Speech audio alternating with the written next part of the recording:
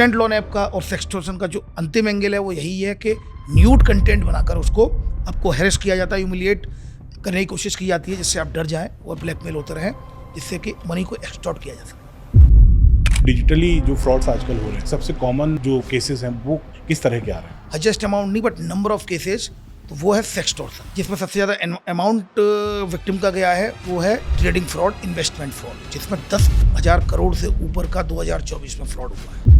Digital arrest है क्या? अगर कोई लॉ एनफोर्समेंट एजेंसी बनकर custom officer, crime branch, CBI, ED भय दिखाकर अगर आपसे पैसा मांगती है और आपको कन्फाइंड करती है, उसको डिजिटल अरेस्ट कहते हैं। फाइनेंशियल फ्रॉड अगर किसी के साथ हो रहा है तो उसका कितना टाइम है कि वो अमाउंट वापस आ जाए? अगर आपके साथ फ्रॉड हुआ 12 बजे, आपने कंप्लेंट कर दी 12:30 बजे तक, 1 बजे तक वो सारे अकाउंट्स होल्ड और फ्रीज हो जाएंगे जिनमें आपका पैसा गया है। गोल्डन आवर जो रहता है वो पहला घंटा रहता है। ऑनलाइन रहते हुए अगर आपके साथ हो जाए थोड़ा 19-20 तो तत्काल डायल करें 19-30।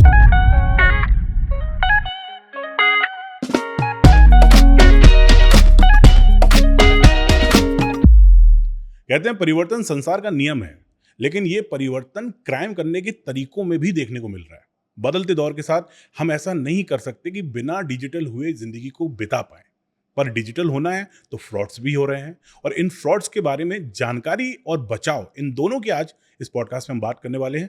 नमस्कार, मैं हूं गौरव और यह है आरजे गौरव टॉक्स, जिसमें आज आपकी मुलाकात हम करवाने वाले हैं साइबर क्राइम में लगातार काम कर रहे, ज़बरदस्त काम कर रहे इंदौर शहर क्राइम ब्रांच के additional DCP Shri Rajesh Dandotiya sir से। बहुत बहुत स्वागत है सर आपका। नमस्कार, thank you very much Gaurav. उम्मीद करता हूँ कि आज का जो शो हम बनाएंगे उसमें से उसको जो भी लोग देखें, उनको ज़्यादातर लोगों को आज कम से कम बेसिक बचाव जो हैं वो समझ में आ जाए कि अगर वो ये बचाव और उपाय कर लें तो फ्रॉड्स जो हैं वो उनके शायद ना हों। डेफिनेटली गौरव जी, इसमें अपन पूरा प्रयास करेंगे, इंश्योर करेंगे कि कुछ ऐसे तरीके भी उनको बताए जाएं जिससे कि वो काफ़ी लाभान्वित हों और उनको अपने जीवन में इम्प्लीमेंट भी कर पाएँ। तो सर, सबसे पहले तो डिजिटल अरेस्ट एक बहुत बड़ा मुद्दा चल रहा है, सरकार भी उससे लोगों को बचाने के लिए अलग अलग तरह के उपाय कर रही है। एक न्यूज़ मैंने देखी, एक वीडियो मैंने आपका देखा जिसमें आपको ही लोग डिजिटल अरेस्ट करने की कोशिश कर रहे थे। अब बिल्कुल ठीक बात है गौरव जी। मैं आपको एक बात कहना चाहूँगा कि ये लोग बेसिकली रैंडमली कॉल करते हैं, किसी के भी कॉल कर सकते हैं ये, उसमें चाहे पुलिस ऑफिसर हो, चाहे किसी जज को वो कॉल करें या फिर किसी आईएएस ऑफिसर को कॉल करें, किसी को भी कॉल कर सकते हैं, उनको ये पता नहीं होता वो किसको कॉल कर रहे हैं। तो चूँकि मैं इंदौर पुलिस कमिश्नरेट में चूँकि पुलिस का जो प्रेस ब्रीफ करता हूँ मैं, प्रवक्ता हूँ मैं, तो उस दिन मैं ब्रीफिंग कर रहा था प्रेस की, तो मैंने कहा 1 मिनट रुको जरा, एक कॉल आया है। कॉल जैसे ही आया कि उसमें लिखा था, उसमें कॉल में बोला कि मैं आरबीआई के कस्टमर केयर से बोल रही हूँ और 2 घंटे में आपकी सिम बंद होने 2 घंटे में आपका अकाउंट बंद होने वाला है। मैं समझ गया, तो मैंने सभी मीडिया वालों से बोला कि देखो इसको लाइव करो, हाँ इसका वीडियो बनाओ, क्योंकि इसको अपन वीडियो बनाएंगे, इसको वायरल करेंगे तो एक्चुअल में कैसे कन्वर्सेशन होता है एक्चुअल वो पता चलेगा लोगों को। तो मैंने उनका बोला, मैंने कहा ठीक है जी, कैसे होगा, अधिक जानकारी के लिए 9 दबाएं। फिर मैंने 9 दबाया, जी नमस्कार, आपका अकाउंट बंद होने वाला है क्योंकि आपके अकाउंट में मनी लॉन्ड्रिंग का पैसा आया है, आपके क्रेडिट कार्ड का मिसयूज हुआ है, आपके आधार कार्ड का मिसयूज हुआ है, आप कहीं बाहर गए थे। मैंने कहा साहब मैं तो जाता रहता हूँ बाहर, आधार कार्ड तो मैं होटल में भी देता हूँ, कई जगह मेरा आधार कार्ड जाता है, तो उसमें तो आपके खिलाफ क्राइम हो गया है और अब एफआईआर रजिस्टर्ड हो गई है। मैंने कहा सर फिर क्या करूँ मैं? उन्होंने कहा ठीक है मैं बात करता हूँ, मैं आपको एक काम करता हूँ, आपको जोड़ता हूँ मैं अपने क्राइम ब्रांच से मुंबई में। और उसने क्राइम ब्रांच से जोड़ा। फिर उसने बोला कि सर आपको तत्काल मुंबई आना होगा इन्वेस्टिगेशन के लिए। मैंने कहा सर मैं कैसे आ सकता हूँ मुंबई से, मैं तो इंदौर में हूँ, 2 घंटे में पहुँच ही नहीं सकता हूँ। तो उन्होंने कहा ठीक है मैं एक काम करता हूँ, मैं अपने सर से परमिशन लेता हूँ ऑनलाइन इन्वेस्टिगेशन की। और फिर पैदल चलने की आवाज़ आई, जय Hind sir. Yes sir, online investigation की परमिशन चाह रहा था। ओके परमिशन है, इस तरह की आवाज़ आई, प्रोनाउंसिएशन चल रहा था ऑडियो कॉल पे। फिर उसके बाद वो आए, ठीक है परमिशन मिल गई है, हमें आपको वीडियो कॉल पे ले रहे हैं, व्हाट्सएप की वीडियो कॉल। मैंने कहा ठीक है, वीडियो कॉल पे लिया। तो मैंने बहुत छुपने की कोशिश की, लेकिन मैं एक्चुअली उस दिन यूनिफॉर्म में था तो वो समझ गया, तो वो पूरी पिक्चर नहीं तो मैं अंत तक इसको लेके जाता। तो मैं समझ ही गया था कि अगर एक अच्छा केस बन जाएगा ये, तो लोगों के लिए लर्निंग के लिए, अवेयरनेस के लिए बहुत बेहतर होगा, उनको समझ में आ जाएगा कि लाइव होता कैसे ये सब। हाँ that was the case. Okay, अच्छा, पुलिस में जाने के सपने छोटी उम्र में हर कोई देखता है, doctor, engineer, collector, commissioner, police सबको बनना होता है। आपका सपना था पुलिस बनने का या ये एक्सीडेंटली आप इस फील्ड में? बेसिकली मैं तो क्रिकेटर बनना चाहता था, फिर मुझे लगा कि ये क्रिकेटर नहीं बन पा रहा हूँ। फिर मेडिकल में मेडिकल, चूँकि वो बायोलॉजी थी उस समय, तो सब लोग जिनको बायोलॉजिकल होता था उनको डॉक्टर के लिए एग्ज़ाम देने होते हैं। अपने यहाँ ट्रेंड है ना ये, कि अगर मैथ्स से तो इंजीनियरिंग में जाना है, और अगर बायो है तो मेडिकल में जाना है। तो मेरा सपना तो क्रिकेटर बनने का था। उसके बाद मैंने तैयारी की, डीएसपी में सिलेक्ट हो गया बाय डिफ़ॉल्ट। तो वो तैयारी क्रिकेट की चल रही थी, उसके बाद आप क्रिकेट की तैयारी चल रही थी। फिर कुछ सर्कमस्टेंसेज ऐसी होती है फैमिली की कि मैं बिल्कुल भी फोकस नहीं था, मैं अपनी स्टडी पे केवल क्रिकेट ही खेलता रहता था और सपने भी क्रिकेट के देखता था। तो फिर कुछ पारिवारिक परिस्थितियाँ ऐसी बनी कि परिवार में कोई भी सिलेक्ट नहीं हुआ था। लगातार मेरे पेरेंट्स मुझ पर पैसा खर्च कर रहे थे, दिल्ली पढ़ा रहे थे, भोपाल पढ़ा रहे थे, काफ़ी पैसा खर्च कर रहे थे। और मतलब पैसे की फाइनेंशियल ब्रेकडाउन भी आए, पैसा उधार लेके मार्केट से लोगों से लेकर दिया। तब फिर मुझे लगा कि मुझे अब कुछ करना चाहिए। तब फिर मैं एज ए करियर के लिए मैंने सिविल सर्विसेज दिया था। फिर मैं सिलेक्ट हुआ, तब जाके फिर मैं डीएसपी बना। सर कौन सी रैंक थी आपकी, अगर आप 16th rank all over MP में आई थी। 16th रैंक जी। तो 7 नंबर लकी है आपके लिए? ये मतलब उसको आप कहीं जोड़ते हैं क्या 7 मैंने नंबर कभी को? नहीं जोड़ा, मैंने कभी नहीं जोड़ा। धोनी आपके फेवरेट तो नहीं है 7 नंबर वाला? धोनी नहीं, मेरा सनत जयसूर्या फेवरेट है क्रिकेटर। अच्छा, उस वक्त आपको सनत जयसूर्या। सनत जयसूर्या क्योंकि एग्रेसिव प्लेयर था, और मेरी अगर आप देखेंगे वर्किंग में भी वो एग्रेशन झलकता है, रिफ्लेक्ट होता है। आप मेरी किसी पुलिस की वर्किंग में भी देखेंगे, इवन स्पीच भी देखेंगे, तो बहुत एग्रेसिव अप्रोच है मेरी लाइफ के लिए। तो चूंकि सनत जयसूर्या एग्रेसिव बैट्समैन था, उसने he was the revolutionary batsman जिसने कि क्रिकेट के मापदंड बदल दिए। उसने एक नया ट्रेंड, नया एरा लेकर आया था वो, कि किस तरह से लोग सर्किल में, उस समय ये ट्रेंड था कि सर्किल में लोग नई बॉल को पुराने होने का इंतजार करते थे, फिर उस पर रन बनाते थे। और इन्होंने ट्रेंड ये शुरू किया कि नई बॉल पर ही रन बनाए जाएं।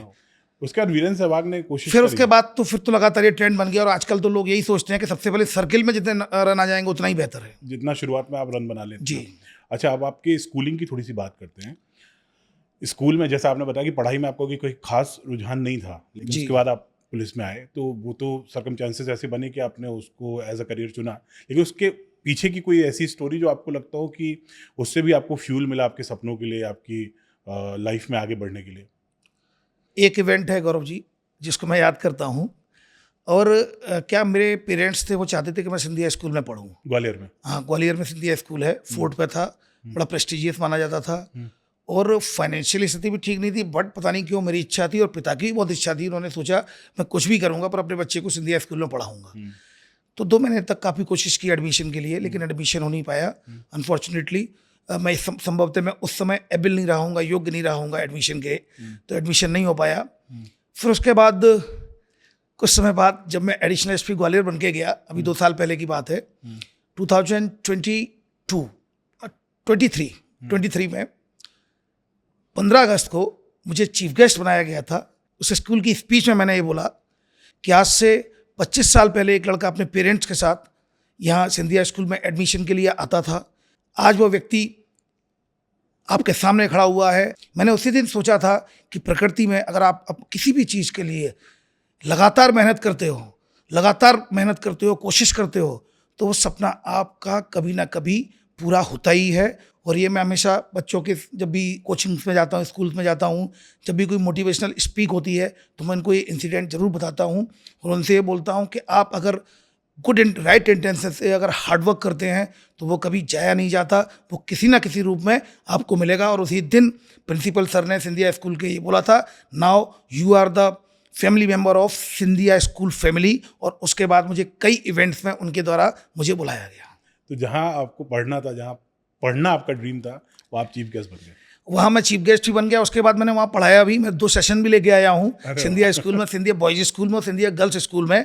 अपने साइबर क्राइम के सेशन भी लेके आया हूँ और कई बार कई इवेंट्स में मैं उनका पार्ट रहा हूँ। तो बस इस इंसिडेंट से आप ये सीख सकते हैं कि आज आपकी स्थिति जो है वो ये डिसाइड नहीं करती है कि आप आगे क्या होंगे, यही कहना चाह रहे हैं सर? बिल्कुल। इसमें मैं और जोड़ना चाहूँगा, अगर आपने एक स्टीव जॉब्स की बात सुनी होगी, कनेक्टिंग द डॉट्स। आप फ्यूचर को देख के कभी डॉट को कनेक्ट नहीं कर सकते, लेकिन जब आप पास्ट को देखते हो, वर्तमान को, तब आप उन डॉट्स को कनेक्ट कर पाते हो। तो ये विश्वास रखना बेहद जरूरी है कि आज हम जो कर रहे हैं, आगे चल के वो डॉट्स जरूर कनेक्ट होंगे। तो ये आपको मजबूती से, डेडिकेशन के साथ और इंटेंसिटी के साथ किसी भी कार्य करने की योग्यता को डेवलप करता है। सर, लाइफ का पहला जो होता है वो हमेशा खास होता है। पुलिस में जब आप पहुंचे तो कोई ऐसा केस जो आपको याद हो, और अगर पहला केस की अगर हम बात करें जो आपको लगता है कि सॉल्व करके अलग प्राउड फील किया था खुद पे? खंडवा में प्रोफेशनल था उस समय, हमारे आई साहब बहुत खतरनाक थे, उनसे सभी लोग डरते थे। चूंकि मैं प्रोफेशनल पीरियड में थाना प्रभारी था, एक मर्डर हुआ, अनआइडेंटिफाइड बॉडी मिली, वो पहचानी नहीं हो पाई, और हमने उसको, चूंकि जिनकी पहचान नहीं हो पाती, उसके लिए हमने उसको गड़वा दिया, उसको बरी कर दिया। अब अनआइडेंटिफाइड बॉडी के लिए पुलिस रेगुलेशन में स्पष्ट लिखा हुआ है कि उसके फिंगर जो पोर्स होते हैं, उनके पोर्स के फिंगरप्रिंट लिए जाने चाहिए, क्योंकि भविष्य में आप कैसे डिटेक्ट करेंगे। तो आई साहब उस समय इंस्पेक्शन पे आए हुए थे, उन्होंने थाने बुलाया। हाँ बताओ क्या हुआ? मैंने कहा सर ऐसे मर्डर हुआ था। हाँ तो क्या किया अभी? सर 1 दिन से कोई नहीं आया सर। तो उसमें सर उसमें बॉडी को उसको गड़वा दिया है।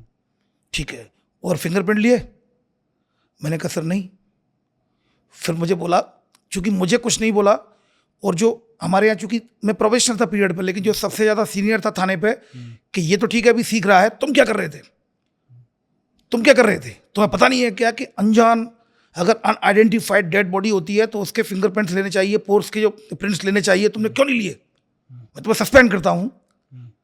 तो फिर मैंने सर से बोला कि सर वेट सर, अनआइडेंटिफाइड है सर, उसके पोर्स लेने चाहिए सर, मुझे समय दीजिए 2 दिन का, मैं इसको ज्ञात कर दूंगा। तो सर ने बोला कि केवल 2 दिन का समय। मैंने कहा जी सर। चूंकि वो मेरा स्टाफ का ही आदमी था, तो मुझे लगा कि ये सस्पेंड हो जाएगा तुरंत, क्योंकि मिस्टेक तो की थी, लेकिन मैं जानता नहीं था और वो भूल गया। तो ऐसी स्थिति में फिर उसके लिए मैंने कैंप वहीं किया था, मर्डर के स्पॉट पर 48 घंटे। वहाँ से डेड बॉडी, जो खंडवा का मैं थाना प्रभारी था, एक थाने में, जावरा थाने में, डेड बॉडी जो थी उसकी आइडेंटिफिकेशन भी इंदौर के एक व्यक्ति के रूप में हुई, और आरोपी भी इंदौर के ही थे।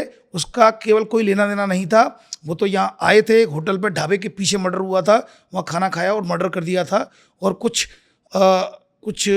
चरित्र को लेकर यह मर्डर हुआ था। तो 48 घंटे मैंने केवल ट्रेस किया, बल्कि आरोपी को भी हवालात में बंद कर दिया। उससे मेरे हेड कांस्टेबल, जो सीनियर हेड कांस्टेबल था, उसका सस्पेंशन बच गया। अच्छा सर, अब बात करते हैं डिजिटल फ्रॉड्स की, साइबर क्राइम की। पहले तो मुझे आपसे ये समझना है कि डिजिटल फ्रॉड, साइबर क्राइम जो होते हैं वो, और उसी से जुड़े हुए फाइनेंशियल क्राइम्स, ये दोनों अलग अलग चीज़ें हैं या एक ही चीज़ है? देखिए, सबसे पहले हमें ये समझना होगा, फाइनेंशियल क्राइम और साइबर फाइनेंशियल क्राइम दोनों अलग अलग हैं। ओके। फाइनेंशियल क्राइम आपके ज़मीन से संबंधित हो सकते हैं, आपने मेरे साथ धोखाधड़ी की, वो हो सकते हैं, जिसमें कि साइबर का कोई एंगल नहीं हो। ठीक है। साइबर फाइनेंशियल क्राइम्स वो होते हैं जैसे कि पैसे के लिए किसी के साथ फ्रॉड किया जाए अनजान व्यक्ति के द्वारा, जैसे कि ट्रेडिंग कंपनी बनाई, शेयर ट्रेडिंग के नाम पे फ्रॉड कर दिया, डिजिटल अरेस्ट कर दिया, सेक्सटोर्शन में उन्होंने आपको ब्लैकमेल करना शुरू कर दिया, पैसा ले लिया।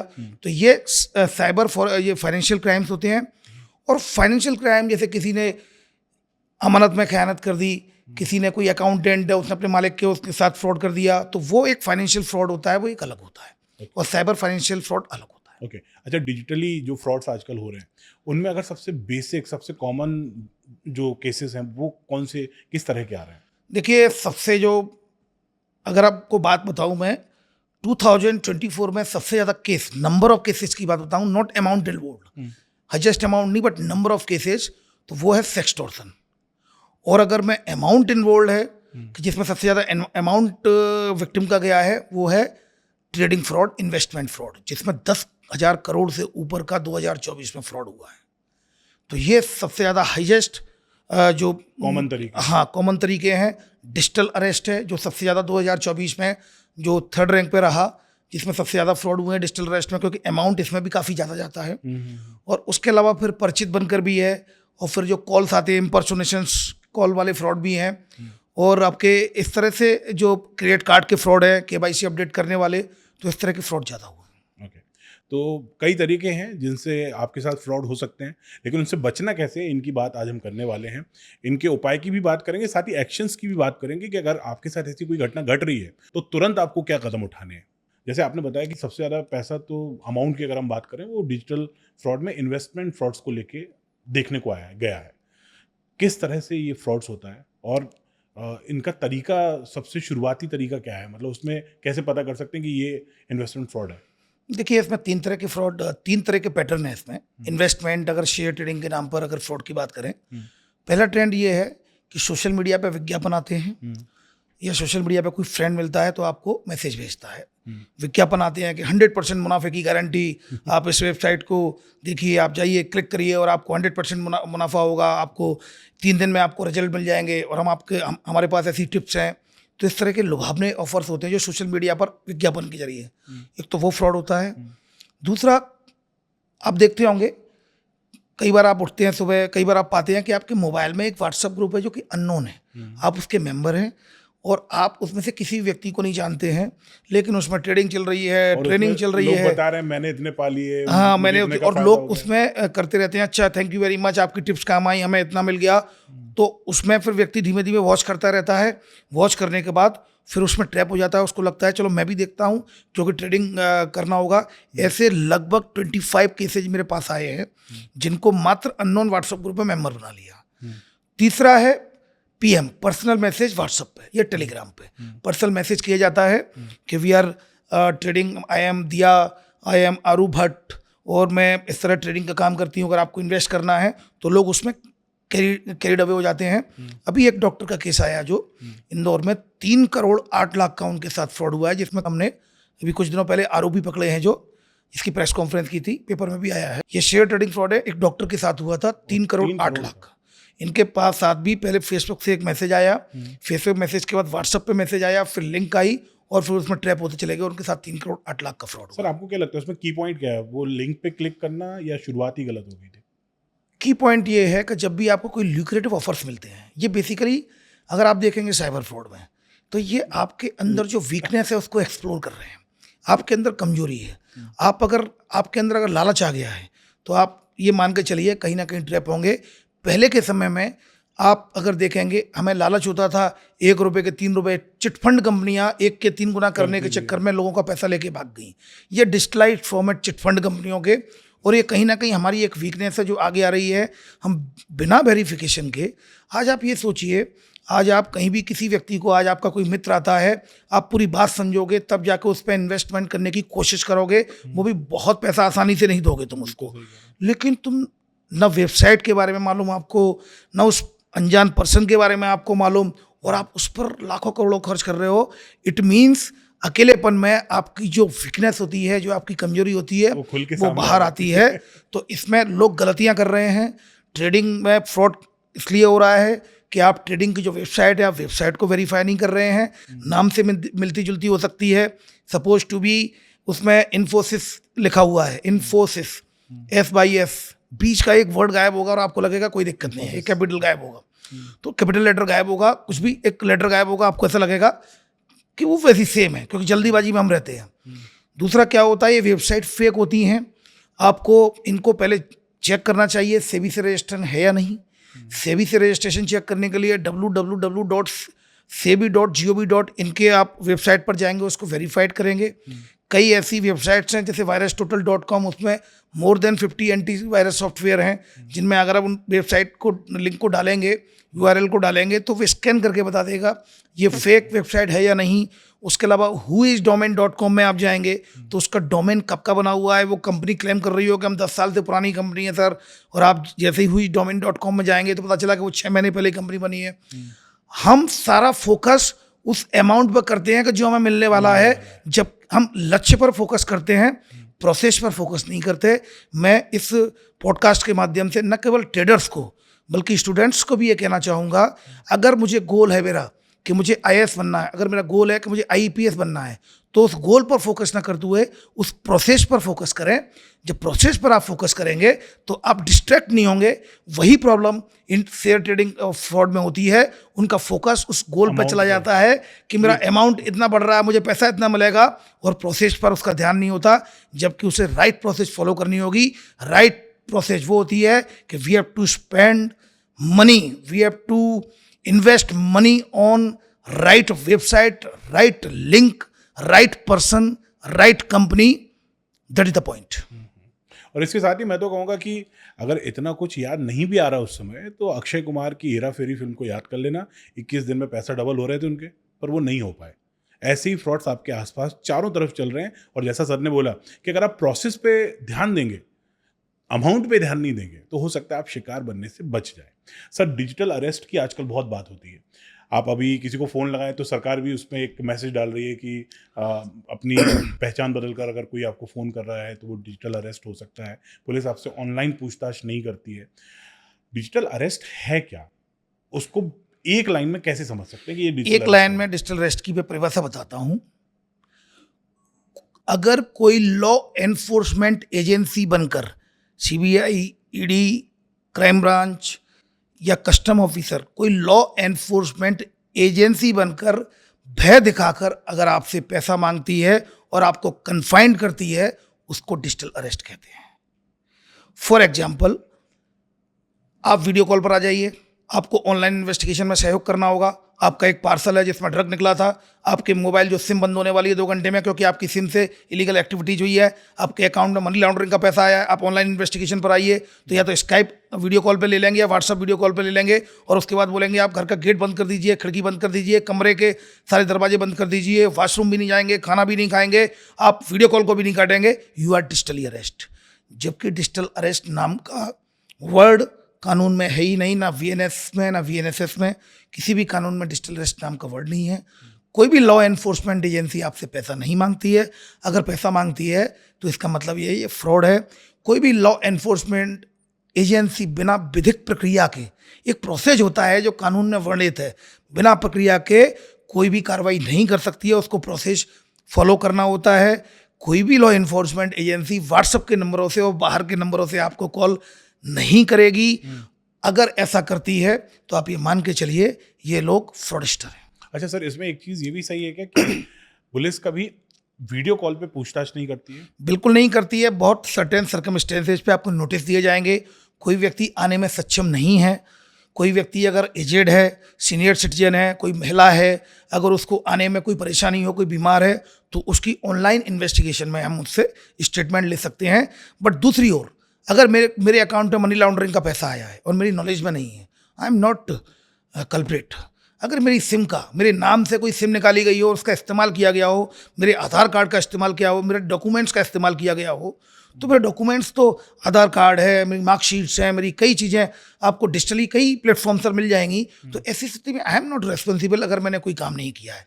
मेरी सिम से, मेरे नाम की सिम से अगर कोई इलीगल एक्टिविटीज हुई है तो इस पॉडकास्ट के माध्यम से मैं कहना चाहूँगा, जो काम मैंने किया ही नहीं है उसके लिए बेशक मेरे डॉक्यूमेंट्स लगे होंगे, मैं फोटोकॉपी कराने कई जगह भेजता हूँ, वहाँ फोटोकॉपी में उसका एक रख ले, उस पर सेव कर ले, उसको उसका यूज कर ले, उसके सिम निकाल ले, उससे कोई अकाउंट खुलवा ले। हालांकि अब केवाईसी तो काफ़ी चीज़ें टफ हो गई है, but it's not my responsibility. तो सबसे पहले भय को दूर करें, और भय होता है अज्ञानता का। अगर हम ये जान जाएंगे कि डिजिटल अरेस्ट कुछ होता ही नहीं है, जब इसी का हमें भय है कि हमें कोई अरेस्ट तो नहीं कर लेगा, जब हम जान जाएंगे, जागरूक रहेंगे, तो भय खत्म होगा। भय खत्म होगा तो निश्चित रूप से हमें अपराध से अपना बचाव कर पाएंगे। इसके साथ ही मैं, जैसा सर ने बोला कि एक तो पुलिस कभी ऑनलाइन पूछताछ नहीं करती है वीडियो कॉल पे, और दूसरी चीज़ इसमें एक बात ये भी ध्यान रखने वाली है कि पुलिस आपका अकाउंट नंबर नहीं मांगती है। डिजिटल अरेस्ट में बहुत सारे केसेस में ये भी देखा गया कि अपराधी जो है, जो उस तरफ बैठ के अपराध कर रहा है, वो सामने वाले से बोलता है कि आपका अकाउंट नंबर दीजिए। जी बिल्कुल, मैं जैसा कि बता रहा हूँ, आप भयभीत हो जाते हैं, फिर आपको वो सब करना पड़ता है जो सामने वाला कह रहा है, क्योंकि आपके सेंसेज दो ही चीज़ों में वीक होते हैं। एक तो भय और दूसरा एक्साइटमेंट, ओवर एक्साइटमेंट में आपके सेंसेज काम नहीं करेंगे। फिर उसके बाद सामने वाला जो कहता है आप वही करते चले जाते हैं। फिर वो आपका अकाउंट नंबर मांगता है, फिर वो आपको एक अकाउंट नंबर देता है, फिर वो अकाउंट में से अपने पैसे ट्रांसफ़र करने के लिए बोलता है, आप इसमें ट्रांसफ़र करिए, हम चेक करेंगे, आरबीआई की गाइडलाइन है, ये इलीगल मनी है या नहीं, अगर लीगल होगी तो वापस कर देंगे, इलीगल होगी तो हम इसको जब्त कर लेंगे। कोई भी एजेंसी कभी भी, अगर लॉ एनफोर्समेंट एजेंसी अगर सस्पेक्टेड ट्रांजैक्शन हुआ भी है किसी अकाउंट में, तो उस अकाउंट को सीज करेगी, ना कि उस अकाउंट से आपसे ये कहेगी कि दूसरे अकाउंट में पैसा ट्रांसफ़र करें। ओके सर, तो ये तो हो गई बात डिजिटल अरेस्ट की। इसके साथ ही और जो दूसरे मुद्दे हैं और जो दूसरे फ्रॉड करने के तरीके हैं, इसकी भी बात करेंगे सर। जैसे न्यूड कॉल की बात करें तो बीच में बहुत चल रहा था कि आपको अचानक से एक वीडियो कॉल आया, आपने उठाया, उस तरफ से कोई ऐसा बैठा हुआ है बिना कपड़ों के, और आपका उससे वीडियो बन गया या आपकी फ़ोटोज़ ले लिया, और उसके बाद पे ब्लैकमेलिंग शुरू हो गई। तो अभी भी क्या इस तरह के केसेस देखने को मिल रहे हैं? काफ़ी केसेज इस तरह के आ रहे हैं गौरव जी। एक तो मैं ये कहना चाहूँगा कि जो आपकी कमजोरी है वो एक्सप्लोर कर रहे हैं वो लोग।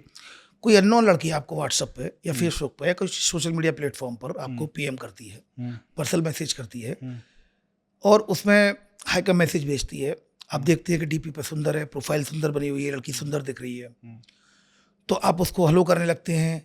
उसको ये लगता है कि this is the right person, she can trap, क्योंकि उसको समझ में आ गया, मैसेज का जवाब आ गया, इट मीन्स राइट ट्रैक पे है वो। फिर उससे बात करती है, फिर फ्रेंडशिप का ऑफर करती है, फिर उसके बाद बोलती है कि हम वीडियो कॉल कर सकते हैं, वी कैन एंजॉय, हम एंजॉय कर सकते हैं, और फ्रेंडशिप से वो एंजॉय पे बात आती है, और फिर वीडियो कॉल करती है और वो न्यूड होती है। न्यूड होने के बाद सामने वाला व्यक्ति भी, जो विक्टिम होता है, वो भी कई बार कैरिड अवे हो जाता है, न भी हो तब भी स्क्रीनशॉट अगर आप देखेंगे, अगर कॉर्नर में लड़की न्यूड है और आपका चेहरा आ गया, तो अगर ये स्क्रीनशॉट भी 1 सेकंड के लिए भी वो स्क्रीनशॉट बन गया, आप बेशक कपड़े पहने हो, आपको पता भी नहीं हो क्या हो रहा है। एक तो ये है कि आप सोच समझ के कर रहे हैं, एक तो कई लोग अननोन वीडियो कॉल को उठा लेते हैं, लड़की न्यूड होती है और यहाँ उनका पूरा फोटो हो जाता है, समझ नहीं पाते, जब तक बंद करते हैं स्क्रीनशॉट बन जाता है, और उसके बाद फिर वो लड़की आपको भेजती है और ये बोलती है, अगर आप चाहते हैं कि मैं इसको सोशल मीडिया पर वायरल नहीं करूँ या आपके कॉन्टैक्ट्स में नहीं भेजूँ, तो मैं एक अकाउंट नंबर भेज रही हूँ, उसमें आपको पैसा देना पड़ेगा। फिर यूट्यूबर बन के कॉल करते हैं, फिर क्राइम ब्रांच का ऑफिसर बन के कॉल करते हैं, और इस तरह से आपको ट्रैप कर लेते हैं। कई लोगों ने इसमें काफ़ी सुसाइड कर चुके हैं, कई लोग, क्योंकि सोशल ह्यूमिलिएशन होता है उनका कि अगर ये बात वायरल होगी तो कई लोगों को पता चलेगा। ऐसी स्थिति में कई लोग सुसाइड भी कर चुके हैं। सेक्सटॉर्शन से बचने का एक ही तरीका है कि कभी भी अननोन वीडियो कॉल को हम रिसीव ना करें। अगर उसको करना भी है तो कैमरे को कवर्ड करके उसको रिसीव करें, देख लें वो रिलीवेंट कॉल है या नहीं, अगर आपसे संबंधित है तब फिर अंगूठे को हटाएं, अदरवाइज उसको काट दें। अच्छा सर, सुसाइड की आपने बात करी, सुसाइड में एक फ्रॉड अगर हम बोलें तो इंस्टेंट लोन ऐप जो होता है उससे भी जुड़ा हुआ है, उसमें भी कई केसेस ऐसे आए जिसमें लोगों ने सुसाइड कर ली। हाँ बिल्कुल, इसमें अगर देखेंगे ना, अगर लास्ट में देखेंगे तो सेक्सटॉर्शन का जो अंत है और इंस्टेंट लोन ऐप का अंत है वो लगभग एक ही है। इंस्टेंट लोन ऐप में क्या होता है, आप बिना जाने, चाइनीज ऐप है, कुछ इंडियन ऐप भी है जो फ्रॉडस्टर्स के होते हैं, एक क्लिक में पाइए 5000 का इंस्टेंट लोन, एक क्लिक में पाइए 10,000, और आप क्लिक करते हैं, धन से आप ऐप को डाउनलोड करते हैं, ऊपर से आप लोन ले लेते हैं, लेकिन आप टर्म्स एंड कंडीशन नहीं पढ़ते। I agree, I accept, okay continue, I agree to giving access to my media gallery, I accept to giving access to my contact list. अब क्या होता है, आपने 5000 लिया, अब आपसे 50,000 मांगा जाएगा 5,000 के नाम पे। 5,000 आपने लोन लिया है और 50,000 मांगा जाएगा, आप नहीं देंगे तो मीडिया गैलरी से आपके वीडियो फोटो उठाएंगे, उनको एडिट करेंगे, एडल्ट कंटेंट बनाएंगे और कॉन्टैक्ट लिस्ट में भेजना शुरू करेंगे और ब्लैकमेल करेंगे। सो अगर आप देखेंगे स्टैंड लोन ऐप का और सेक्सटॉर्शन का जो अंतिम एंगल है वो यही है कि न्यूड कंटेंट बनाकर उसको आपको हैरेस किया जाता है, ह्यूमिलिएट करने की कोशिश की जाती है, जिससे आप डर जाएं और ब्लैकमेल होते रहें, जिससे कि मनी को एक्सटॉर्ट किया जा सके। तो इसमें सही तरीका तो फिर यही है कि आप ये ध्यान रखें कि आप ऐसी वैसी ऐप से इंस्टेंट लोन के चक्कर में ना किसी भी अननोन अनआइडेंटिफाइड सोर्स से किसी भी ऐप को डाउनलोड ना करें, प्ले स्टोर से भी, गूगल स्टोर से भी वेरीफाइड करने के बाद ही डाउनलोड करें। सर ये कैसे पॉसिबल है कि किसी का व्हाट्सएप कोई हैक कर ले, और मैंने, क्योंकि ये मेरे एक मित्र के साथ ही हुआ अभी, कि उनके ओरिजिनल नंबर से, उनके ओरिजिनल व्हाट्सएप से मुझे मैसेज आया कि गौरव मुझे कुछ पैसों की ज़रूरत है, भेज दो। मैंने जब कॉल किया तो उन्होंने कॉल काट दिया। मुझे लगा शायद ज़रूरत होगी, लेकिन चूंकि मैं थोड़ा सा समझदार कह लें, या मैं ये श्योर करना चाहता था कि ये सच में वही मित्र है या नहीं, इसलिए वो बच गया। लेकिन ये कैसे संभव है कि आप किसी का व्हाट्सएप हैक कर लें? बिल्कुल पॉसिबल है। देखिए मैं बताता हूँ, आपके पास इस तरह के मैसेज आते होंगे, आपका कुरियर पार्सल 2 बार से वापस आ चुका है एड्रेस वेरीफाइड ना होने के की वजह से। नीचे दिए गए नंबर पर आप कॉल करके अपना एड्रेस वेरीफाई कराएं, जिससे कि पार्सल आप तक पहुंचाया जा सके। ठीक है। और जैसे ही आप कॉल करते हैं, आपका नंबर कॉल फॉरवर्डिंग में चला जाता है, और तुरंत कॉल फॉरवर्डिंग में साइबर फ्रॉडस्टर के नंबर पर चला जाता है। वो तुरंत व्हाट्सएप के उसको चेंज करके, उसके पिन कोड और उसको चेंज करके, पासवर्ड को चेंज करके व्हाट्सएप का कंट्रोल अपने हाथ में ले लेता है। आपके पास ऐसे कई मैसेज आते हैं, मैं पर्सनली आपके पास आ नहीं सकता हूँ, व्यस्त हूँ, अतः मैं डिजिटल इन्विटेशन भेज रहा हूँ अपनी बच्ची की शादी के लिए, और आप जैसे ही उस एपी के फाइल को डाउनलोड, उस लिंक को क्लिक करोगे या किसी एपी के फाइल को डाउनलोड करोगे, आपका नंबर कॉल फॉरवर्डिंग में चला जाता है। कॉल फॉरवर्डिंग में जाने के बाद व्हाट्सएप को वो कंट्रोल कर लेता है। फिर जो आपके फ्रेंड के पास जो रिक्वेस्ट जाएगी अमाउंट की, तो वो तो आप ही के नंबर से जाएगी ना, क्योंकि आपके नंबर को कॉल फॉरवर्ड करके, और जो व्हाट्सएप जिस नंबर से चल रहा है उस व्हाट्सएप पर का एक्सेस वो अपने कंट्रोल कर लेता है। ये कैसे पता कर सकते हैं कि हमारा व्हाट्सएप हैक हुआ है? आप बड़ी सिंपल सी बात है, *#67# इस पर कॉल करके आप पता कर सकते हैं कि आपका कॉल फॉरवर्डिंग में गया है कि नहीं गया है। तो इससे पता कर सकते हैं आप कॉल फॉरवर्डिंग में। दूसरा, आपका कंट्रोल खत्म हो जाएगा व्हाट्सएप पे, उसका कंट्रोल शुरू हो जाएगा, आप व्हाट्सएप पे मैसेज नहीं कर पाएंगे। तो दैट इज द पॉइंट। अच्छा, इसमें वापसी हो सकती है? बिल्कुल हो सकती है, लेकिन फॉर्मेट कराना पड़ेगा। कई तरीके हैं उसके। एक तो क्या होता है, जैसे ही व्हाट्सएप हैक हो जाए, लोग अपनी तरफ से बार बार प्रयास ना करें, तुरंत अपने पास की क्राइम ब्रांच में जाएं, साइबर सेल में जाएं, जहाँ से क्या होता है कि हमारे पास जितने भी व्हाट्सएप हैक की घटनाएं हो रही हैं कॉल फॉरवर्डिंग की वजह से, वो सब आते हैं, लेकिन सब वो इतना उसमें करके आते हैं कि अब अगली बार वो 48 घंटे में या 24 घंटे बाद ही वो एक्टिव होता है। अच्छा, मतलब इतने प्रयास इतने एक्सपेरिमेंट कर लेते हैं। तो मेरा ये कहना है कि एक्सपेरिमेंट अपने घर में ना करें, एक्सपेरिमेंट लेबोरेटरी में होते हैं। तो लेबोरेटरी साइबर सेल है, क्राइम ब्रांच है, वहाँ आएंगे तो हो सकता है तत्काल में हम कुछ कर पाएँ, क्योंकि हमारे पास आते हैं तो उसमें यह आता है कि 48 से पहले आप या 24 आवर से पहले आप उसमें OTP भी डाल सकते हो, OTP आएगा ही नहीं। तो दैट इज द पॉइंट। तो उसके लिए सबसे बढ़िया तरीका है कि आप तुरंत उसको, सबसे बढ़िया तरीका फॉर्मेट करा लें। फॉर्मेट कराने के बाद आप तुरंत उसको रिपोर्ट कर सकते हैं। ओके सर, अगर बेसिक उपायों की बात करें या बचाव की बात करें, तो साइबर फ्रॉड से बचने के लिए क्या बेसिक तरीके हैं? दूसरा, फाइनेंशियल फ्रॉड अगर किसी के साथ हो रहा है तो उसका कितना टाइम है कि वो अमाउंट वापस आ जाए? पहले पॉइंट का जवाब मैं सिंगल लाइनर बता देता हूँ। Never receive unknown video call, never accept any unknown friendship request, never click on any unknown link, never give your personal information on your social media platform number 1 and on unknown call number 2 and on any phone call. Never give your personal information, even your OTP, even your date of birth. Not किसी भी unknown call को हमें इसको नहीं देना है। Never download any app from unknown or unidentified source. And never entertain any unknown call. Entertain. I am talking about entertain. अगर आप entertain नहीं करेंगे तो सेक्सटॉर्शन भी नहीं होगा, आपके साथ डिजिटल अरेस्ट भी नहीं होगा। और सबसे इंपॉर्टेंट जो है, अगर मैं एक ही लाइन में बताऊं बचने का उपाय क्या है, हर अज्ञात और अनजान को संदेह की दृष्टि से देखें। साइबर फ्रॉड हो, डिजिटली फ्रॉड हो या फाइनेंशियल फ्रॉड्स हो रहे हैं, जैसे मैंने आपसे पूछा कि फाइनेंशियल फ्रॉड होने के बाद कितना टाइम होता है कि अगर हम रिपोर्ट करते हैं तो पैसे? देखिए, सबसे पहले एक जिम्मेदार नागरिक होने के नाते, एक जागरूक नागरिक होने के नाते, साइबर फ्रॉड एक ग्लोबल चैलेंज बन चुका है, तो हमें अपडेट होना चाहिए, हमें अवेयर रहना चाहिए। पहली बात तो है कि न्यूज़पेपर, प्रिंट मीडिया और इलेक्ट्रॉनिक मीडिया पे लगातार अपनी प्रेजेंस रखें, क्योंकि आप सोशल मीडिया पे कंटेंट पूरा टाइम इन्वेस्ट करते हैं, स्पेंड करते हैं, जिसमें कि किसी भी कंटेंट की जो रिलायबिलिटी है वो थोड़ी सी उसको वेरीफाई करने में भी आपको काफ़ी टाइम लगेगा। तो प्रिंट मीडिया, इलेक्ट्रॉनिक मीडिया से थोड़ा सा जुड़े, रीडिंग न्यूज़पेपर पढ़ने की आदत डालें। तो उसे मैं ये कहना चाहूँगा, अगर आपके साथ फ्रॉड हुआ 1 बजे, तो आप तुरंत डायल करें 1930 पर, जो नेशनल साइबर हेल्पलाइन नंबर है। 1930 पर आप कॉल करें। अगर इंदौर में आप विक्टिम हैं, इंदौर के रहने वाले हैं, तो इंदौर क्राइम ब्रांच ने साइबर हेल्पलाइन नंबर जारी किया है 7049124445। और ऑनलाइन रिपोर्टिंग पोर्टल भी है, जिसमें भी आप कंप्लेंट कर सकते हैं, www.cybercrime.gov.in। अगर आपके साथ फ्रॉड हुआ 12 बजे, आपने कंप्लेंट कर दी 12:30 बजे तक, तो 1 बजे तक वो सारे अकाउंट्स होल्ड और फ्रीज हो जाएंगे जिनमें आपका पैसा गया है। तो वो पैसा फिर आपको कोर्ट के माध्यम से वापस मिल जाएगा। तो गोल्डन आवर जो रहता है वो पहला घंटा रहता है। विक्टिम तुरंत उसमें कॉन्टैक्ट करे और अपनी रिपोर्ट रजिस्टर कराए। 2023 में क्राइम ब्रांच ने विक्टिम्स के 5 करोड़ रुपए वापस कराए थे, और 2024 में हम विक्टिम्स के 14 करोड़ 20 लाख रुपए वापस करा चुके हैं। पर ये वो विक्टिम है जो अवेयर थे, उनको पता था कि उनके साथ अगर फ्रॉड होगा तो उनको रिपोर्ट कहाँ करनी है। तो मतलब शुरुआत का पहला घंटा बहुत गोल्डन आवर, उसमें अगर हम संभावना बनी रहती है, काफ़ी संभावना होती है। फेक पहचान को बताकर कि भाई मैं XYZ हॉस्पिटल से बोल रहा हूँ और आपकी बच्ची जो है उसका एक्सीडेंट हो गया है, वो एडमिट है, आप तुरंत आ जाइए, या आप इस अकाउंट में पहले इतना रुपए भेज दीजिए और आ जाइए। इस तरह के केसेस अभी आपने देखे हाल ही में? काफ़ी केसेज आए हैं इस तरह के। इनफैक्ट मैं जहाँ सेशन भी लेता हूँ तो वहाँ पर भी लोग खड़े होकर बताते हैं कि सर मेरे साथ भी ऐसा कॉल आया था। ये बेसिकली इस तरह का कॉल होता है, इम्पर्सोनेशन कॉल्स होते हैं। इसमें कोई पुलिस वाला बनकर कॉल करेंगे कि आपके लड़के आपको 3 लड़कों के साथ रेप के केस में पकड़ा गया है, आपके लड़के को 3 लड़कों के साथ ड्रग के केस में पकड़ा गया है, या किसी महिला को कॉल करेंगे कि आपकी लड़की को सेक्स रैकेट में पकड़ा गया है। अभी एक मैं इंसिडेंट बता देता हूँ, यूपी में एक इंसिडेंट हुआ था।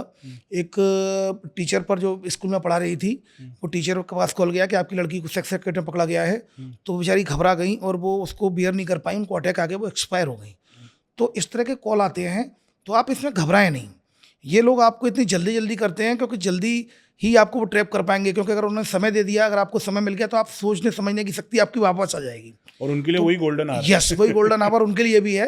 आप कभी भयभीत ना हो। अगर कोई फ़ोन आता भी है, कोई भी लॉ एनफोर्समेंट एजेंसी आपसे पैसा नहीं मांगती है। ये गोल्डन लाइन है, ये पंच लाइन है। अगर आपके लड़के ने कोई रेप केस में फंस गया है, तो कभी लॉ एनफोर्समेंट एजेंसी फ़ोन करके आपसे पैसा नहीं मांगेगी। तो मेरा सिर्फ इतना कहना है, किसी भी तरीके के जो पैनिक कॉल्स आते हैं, उसमें एटलीस्ट 5 मिनट तक सोचें, लोगों से डिस्कस करें, अपनी फैमिली मेम्बर से डिस्कस करें। मुझे पूरा विश्वास है, जिस तरह के अवेयरनेस प्रोग्राम चल रहे हैं, कहीं ना कहीं फैमिली मेम्बर्स कहीं ना कहीं या तो उसने सुना होगा, पढ़ा होगा, देखा होगा, या खुद के पास कॉल आया होगा, तो वो कहीं ना कहीं उससे उसका बचाव कर सकते हैं।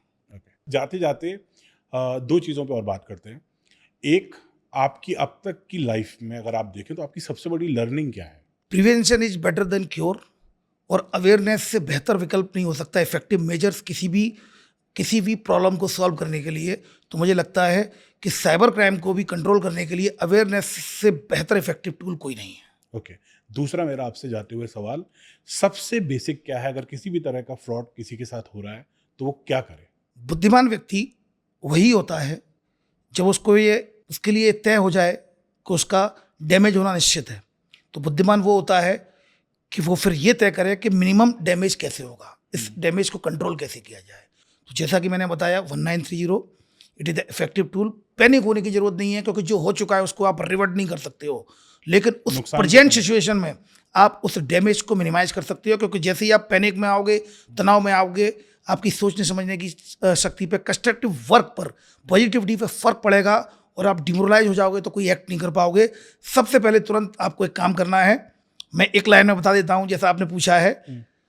ऑनलाइन रहते हुए अगर आपके साथ हो जाए थोड़ा 19-20, तो तत्काल डायल करें 1930 1930। ओके सर, एक लास्ट बात, जो भी ज़रूरी नंबर्स और वेबसाइट्स हैं उसकी एक बार और आप इंफॉर्मेशन दे दें, जो किसी भी तरह के फ्रॉड्स अगर आपके साथ हो रहे हैं तो उसमें बचने में सहयोग करें। देखिए, नंबर 1 तो 1930 जिस पे आप रिपोर्ट कर सकते हैं। सेकंड है आपका ये, जैसा कि मैंने बताया, 7049124445 जो कि इंदौर के लिए है।